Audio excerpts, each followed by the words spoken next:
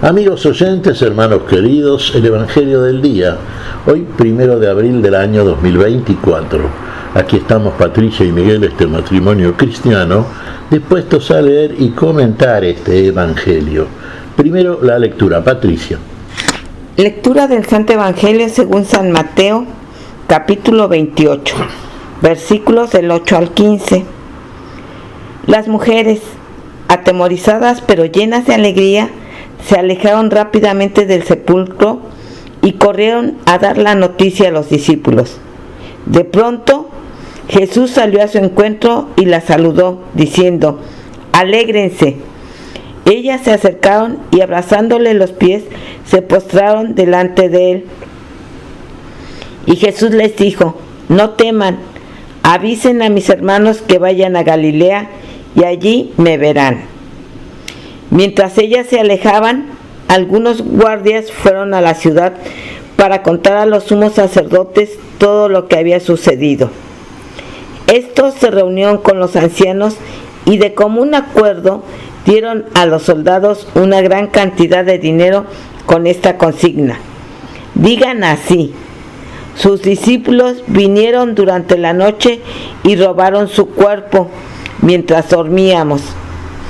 Si el asunto llega a oídos del gobernador, nosotros nos encargaremos de apaciguarlo y de evitarles a ustedes cualquier contratiempo». Ellos recibieron el dinero y cumplieron la consigna. Esta versión se ha difundido entre los judíos hasta el día de hoy. Palabra del Señor. Te alabamos, Señor. Gloria a nuestro Señor Jesucristo. Claro, hasta el día de hoy creen esto, claro que lo creen. Muchos, por supuesto, lo creen. Otros, posiblemente alejados ya del hecho histórico religioso, no les interesó probablemente nunca el tema.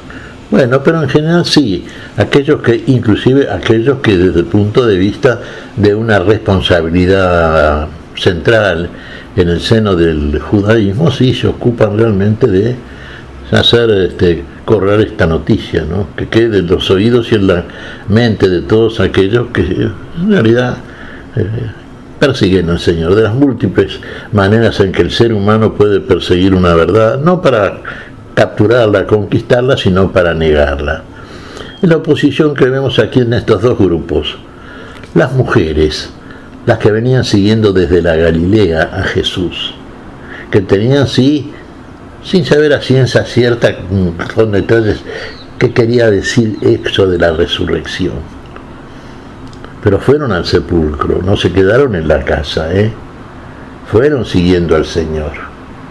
Pero lo que encontraron fue lo que encontraron todos aquellos que se acercaron al sepulcro, un sepulcro vacío, un sepulcro que no era la cárcel de una persona muerta, no guardaba un cadáver, solamente guardaba las vendas y el sudario que habían colocado a Jesucristo una vez que fue llevado a ese sepulcro, que era de un discípulo secreto de Jesús, de José de Arimatea.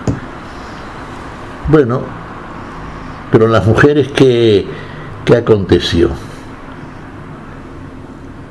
¿Qué recordaron cuando vieron el sepulcro vacío? Y en vez de tristeza, en vez de comentar la noticia sin interés mayor, como hicieron los guardias, que fueron a contar todo esto a los gobernantes de turno, no, se alegraron y corrieron al encuentro con los discípulos del Señor, los que serían sus apóstoles.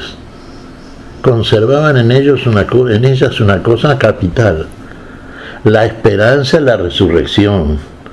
El cadáver no estaba en el sepulcro estaba vacío. ¿Dónde estaba el Señor? Quizá no lo entendieran demasiado, pero terminaron de entenderlo cuando realmente lo comprobaron de la mejor manera.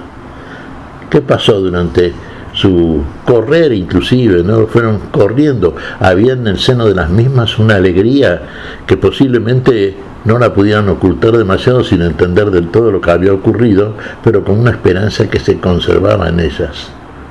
Y en el camino, ¿quién salió a sancionar la duda? El mismo Señor, nuestro Señor Jesucristo, que les salió al encuentro. el Señor había resucitado, el Señor estaba vivo, el Señor salió a saludarlas, salió a mostrarse delante de ellas. Y la alegría de ellas fue inmediata, instantánea. Se abrazaron a los pies del Señor, se arrodillaron, lo adoraron. ¿Cuáles fueron las palabras de Jesús? Y las palabras de Jesús siempre son pensando en toda la humanidad, a todos aquellos que han de creer en Él.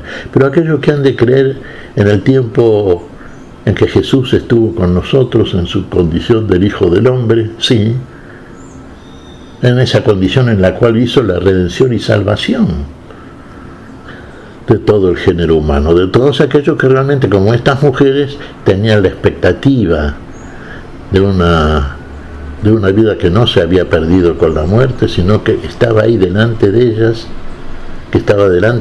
ya encomendándoles una misión, que en realidad podríamos decir es la misión que compete a todo cristiano, que como testigo de la resurrección del Señor salga a proclamar esta resurrección, el triunfo de la vida sobre la muerte. Vayan a Galilea, díganle a mis hermanos que voy delante de ellos a Galilea, allí me verán. Lo mismo que a María Magdala, recordemos el caso de María Magdalena, que fue la primera mujer que corrió, encomendada por Jesús resucitado, al cual había visto, sí, que comunicara a sus discípulos que había resucitado y que en Galilea lo verían. Fíjense, en Galilea lo verían en el lugar donde comenzó el Señor a proclamar el reino de la vida, donde comenzó a enseñarles el Evangelio, a curar enfermos, a expulsar demonios, a resucitar muertos, a hacer todo aquello para lo cual vino el Señor y que solamente puede hacer Dios en nosotros. El Señor como hombre, con el poder de Dios, porque es Dios desde el principio, Dios de Dios, Hijo del Padre, haciendo cosas que como daban testimonio de su condición divina y de su poder en Dios, y por el cual hacía todas aquellas cosas de las cuales fueron testigos. En este caso puntual, los que fueron después apóstoles, aquellos que en Galilea le dice el Señor a las mujeres, ahí lo verían. Claro que lo vieron. Lo seguimos viendo hasta el día de hoy, hermanos queridos. Todos aquellos que somos y debemos serlo, verdaderos, veraces testigos del triunfo de la vida sobre la muerte en Cristo Jesús. Esa es la proclama, ese es el testimonio verdaderamente cristiano. El Señor sigue estando presente de la manera y de las múltiples formas en que lo está. Por ejemplo, la Eucaristía. ¿Y qué pasaba con los guardias? ¿Qué pasa con los falsos testigos? ¿Qué pasa con aquellos que afirman y sostienen la mentira porque están todavía en muerte? Y los guardias, los soldados, los que habían sido asignados, sí, por el gobernador y por los gobernantes de turno, para vigilar el sepulcro, no sea que vengan los discípulos en la noche del Nazareno, se roben el cuerpo y después digan que ha resucitado. Bueno, también ellos fueron testigos del sepulcro vacío. ¿Y qué hicieron los guardias entonces? Y fueron también corriendo a explicarle ahí a las autoridades, que eran por supuesto autoridades del imperio romano, que el sepulcro estaba vacío. Claro, ¿cuál fue? Uno diría el consejo o el mandato por parte de las autoridades seglares, autoridades romanas, soldados, guardias y todos aquellos que habían sido asignados para la custodia del cuerpo de Jesús. Y contaron lo que habían visto realmente. Eso sí, porque habían visto lo mismo que las mujeres. Sí. ¿Y qué fue la respuesta de las autoridades? Les dieron plata, les dieron una coima, dinero abundante, mucho dinero, para que dijeran que los discípulos habían venido de noche, ellos se habían quedado dormidos en ese tiempo y se robaron el cuerpo. Y terminaron diciendo que había resucitado, que no estaba en el sepulcro. Y esta es una noticia que desde entonces, hasta mucho tiempo después, y posiblemente hasta nuestros días, sí, es la que prevalece en núcleos que niegan a Jesús, a la resurrección del Señor, al triunfo de la vida sobre la muerte, toda la consecuencia que tiene esto. Hasta el día de hoy, dice el relato, es lo que creen los judíos. Bueno, todavía les dijeron, si llegan a tener algún problema todavía con las autoridades, déjennos a nosotros que vamos a hablar con el gobernador y vamos a arreglar las cosas para que ustedes no salgan perjudicados. Dos testimonios, uno veraz y el otro falso. El testimonio de la vida, el testimonio de las mujeres, el testimonio de los que creen. El falso testimonio, la mentira, la muerte. Siempre la oposición. Fíjense, en los cuadros centralísimos de los evangelios siempre vemos la misma confrontación entre la vida y la muerte, el bien y el mal, la luz y las tinieblas. Triunfó la luz, triunfó la vida, triunfó el Señor de la vida, aniquiló la muerte. No más muerte, hermanos, en aquellos que creen al testimonio de los que dicen y hablan conforme a la verdad. ¿Cuál es el testimonio, si se le puede llamar testimonio? Bueno, de aquellos que niegan la vida, que obran el mal y que creen en la posibilidad de la mentira. ¿Qué testimonio? La mentira, justamente, sí. Mienten, pero mienten la vida, lo peor que pueden hacer. Niegan la vida. Bueno, sabemos cuál es la consecuencia de esto. La consecuencia en nosotros, hermanos queridos, es esta fe en el Señor de la vida y la vida que nos trae el Señor desde el amor infinito con que nos ama. Vosotros, bueno, juzgará el Señor, nos juzgará a todos, pero manifiestamente el juicio contra la mentira por parte del Dios de la verdad y de la vida sigue siendo siempre el mismo. Justo, misericordioso el juicio, pero en justicia y conforme a la verdad y a la vida. ¿Qué te parece, Patricia? Pues mira, Miguel, que como las mujeres, con humildad y en adoración, debemos servir a nuestro Señor Jesucristo. Es al único que tenemos que adorar. Es al único, porque es el único, justamente.